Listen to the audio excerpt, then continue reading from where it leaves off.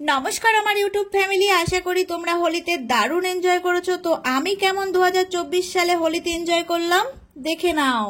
তো হোলি উপলক্ষে সমস্ত তোলা ছবি বা ভিডিও আশা করি এতক্ষণে তোমাদের পোস্ট করা হয়ে গেছে। আর মনে হয় খুব একটা ছবি বা কোনো ভিডিও স্টকে খুব একটা কারণ নেই। এবার আমি আমার হোলি খেলার ভিডিওটা তোমাদেরকে পোস্ট করে দিলাম। তো এবার আমার হোলি খেলার ভিডিওটা তোমরা দেখে নাও। তবে এখানে কিন্তু কোনো আহামরি নতুন শাড়ি পরে ফটোশুট করা নেই, কোনো বসন্ত উৎসবেরও ভিডিও নেই। এখানে একদম বাংলা মতে দোল পূর্ণিমার পরের দিন রং খেলা, একদম নিজেদের মধ্যে বাড়ির মধ্যে খুব আরামসে মনের আনন্দে রং খেলা।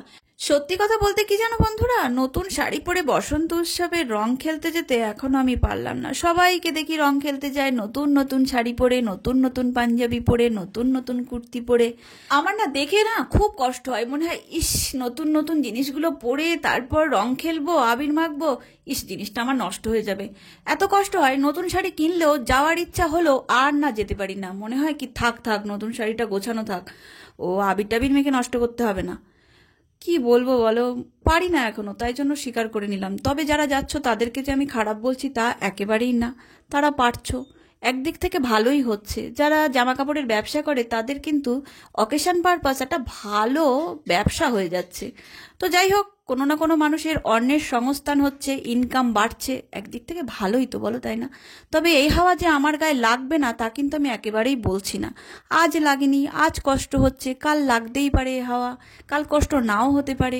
নতুন নতুন শাড়ি কিনে বসন্ত উৎসবে বেরিয়ে যেতেই পারি। তো যদি যাই অবশ্যই তোমাদেরকে আমি ভিডিও করে শেয়ার করবই করব, আর বলবো দেখো আমি পেরেছি বসন্ত উৎসবে আমার নতুন শাড়িটাকে নষ্ট করতে। তবে এখনকার রং খেলা আর 20-22 বছর আগের রং খেলা কিন্তু অনেক তফাৎ। এখন যেমন আবিরটা বেশি ইউজ হয়, তখন আবির কিন্তু আমরা একটু অল্পই ব্যবহার করতাম। আর ওই নীল লাল সবুজ বেগুনি গুঁড়ো কাঁচের শিশুটির মধ্যে পাওয়া যেত, নাম কিন্তু এখন আমি বলতে পারবো না, ওইগুলোই কিন্তু ইউজ করতাম আমরা বেশি। তো এখন তো এই রঙের ইউজ একটু কমই হয়, আবিরের ইউজ একটু বেশি হয়। তবে একদিক থেকে ভালোই, আবির খেলা ভালো। ওই রংটা কিন্তু প্রচন্ড হার্ড রং, স্কিনের অনেক ক্ষতি করে। তো যদিও সেই রঙের নাম কিন্তু আমি জানি না, একটু জানলে আমাকে কমেন্ট করে জানিয়ে যেও যারা ওই জিনিসটার নামটা মানে ওই রংটার নামটা জানো আর কি। এছাড়া এখন যেমন সারা মাস ধরে হোলি খেলা হয়, তখন কিন্তু বছরে একদিনই হোলি খেলা হতো। আর এখন হোলি যে মাসে হবে সেই মাস ধরে পুরোটাই মানে রং খেলা রং খেলা, বসন্ত উৎসব, এই ফটোশুট, এটা সেটা ওটা লেগেই থাকবে।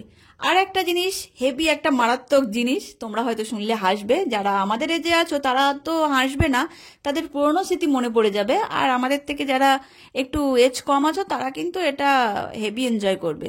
মারা বার করে দিত হোলির দিন সকালবেলায় পুরানো জামা কাপড় যেখানে রাখা হতো, কারোর বস্তার ভিতর, কারোর পুরানো বাক্সর ভিতর, সেখান থেকে একটা জামা বেছে বার করে দিত।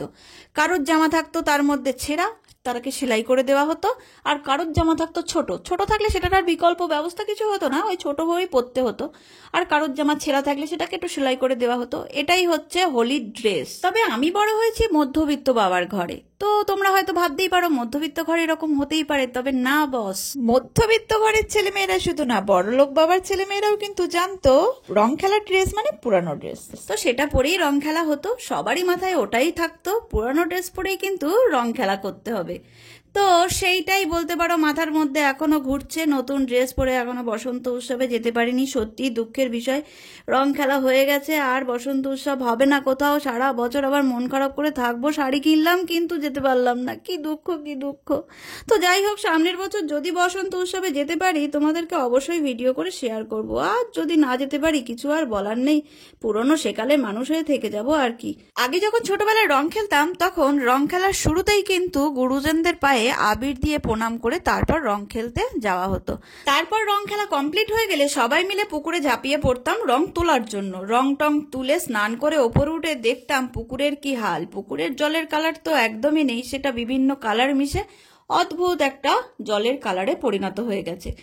আর হাতে রং তো উঠতই না, আর সেই হাতে সেই দিন ভাত খেতে এত জঘন্য লাগতো তো সে আর বলার মতো না। কার কার পুরানো দিনগুলো মনে পড়েছে আমার এই বকবক শুনে প্লিজ কমেন্টে একটু জানিয়ে যেও। আর কেউ যদি আমার মতো থাকো, নতুন শাড়ি কিনে নষ্ট হয়ে যাওয়ার ভয়ে বসন্ত উৎসবে যেতে পারোনি, সেও কিন্তু একটু কমেন্ট করে আমাকে জানিয়ে যেও, জানলে আমিও খুশি হব যে আমার মতনও কোনো মানুষ এই পৃথিবীতে আছে। তো আর বকবক করবো না, অনেক বকবক করে ফেলেছি, ভুল কিছু যদি বলে থাকি প্লিজ আমাকে ক্ষমা করে দিও। আর যদি আমার কথাগুলো ভালো লেগে থাকে তাহলে কমেন্ট যদিও বা না করতে পারো, একটা লাইক অন্তত করে যেও। তো টাটা বন্ধুরা।